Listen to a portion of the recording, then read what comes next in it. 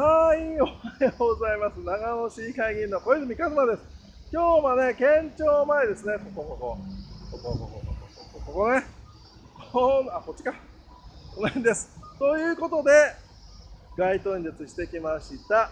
でね、今朝の信濃毎日新聞をご覧になりましたでしょうか。3面に森林税継続ハードル高いよねっていうお話が載ってました。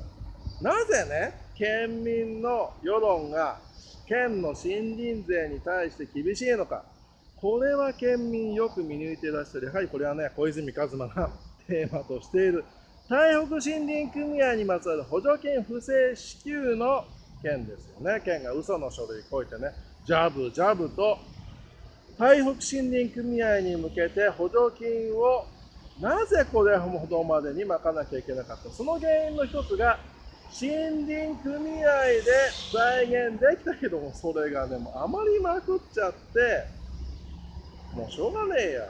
僕らの台北森林組合にまいとけって、それが不正の一因だったっていうことね。よく県民は見抜いている。だからそんなことね、やる必要ないんじゃないのってこと、もっと慎重にこれについては継続考えなきゃいけないんじゃないのっていうことを県民は意思として世論を形成されているわけでございますよ。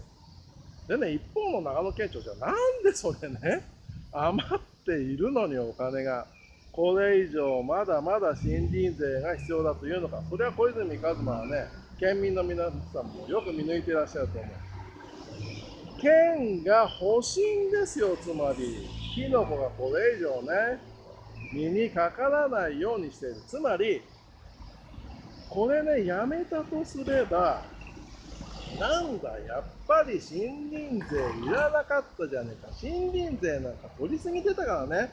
森林組合補助金不正なんていうことが起こったんだ。やっぱりね、県の構造的な問題として、現場だけの問題はない。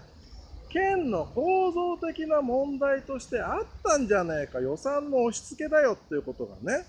また、これで、傍聴ができてしまうわけですよ。そうすると、また県民のご批判が招きかねない。そこをね、長野県庁は恐れて、もう何が何でもね、もう本当にすいません、県民の皆さん、取らせてねって、そういうことだと思います。でもね、彼らね、すいませんなんて、これっぽっちも思っていないと、小泉一馬も思いますよ。またね、その森林組合、補助金不正、本当に反省してんなら、いや、何が何でも取り続けて、俺たちは間違ってなかったんだのことを言う必要はないんです。じゃあちょっと縮小します。やめます。そういう意見にするべきですよね。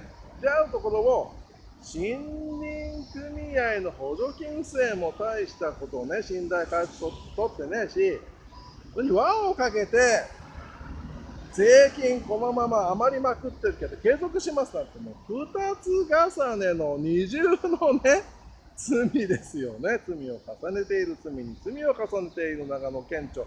それでいいのか、いいわけねえだろ。県民世論の怒りを知れと、小泉一馬は今日は会長に街頭演説で長野県に向かって訴えてきたということでございます。今後もね、強く強く訴えてまいりたい。皆さんも怒ってください。ここは怒っていいところです。